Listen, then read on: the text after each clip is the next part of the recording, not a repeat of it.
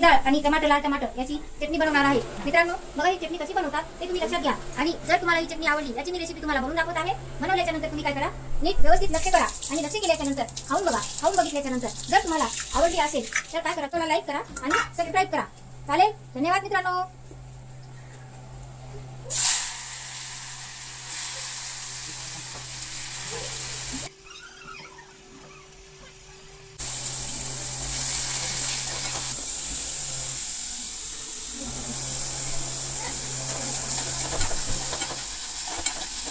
भाजीमध्ये वरून जसे चवीनुसार मीठ लागते तसे मीठ टाकूयात. मीठ टाकल्याच्या नंतर आपण याला व्यवस्थित हलवून घेऊयात. हलवून घेतल्याच्या नंतर याला मंद गॅसवर सुरुवातीला होऊ द्यायचं. मंद आचेवर झाल्याच्या नंतर काय करायचं, ते टोमॅटो थोडेसे पाणी सुटल्यासारखे होतात. टोमॅटोला पाणी सुटलं झालं की थोडंसं काय करायचं, पाणी आटू द्यायचं. पाणी आटल्याच्या नंतर मंद आचेवर टमाटे आणि मुगाची डाळ होऊ द्यायची.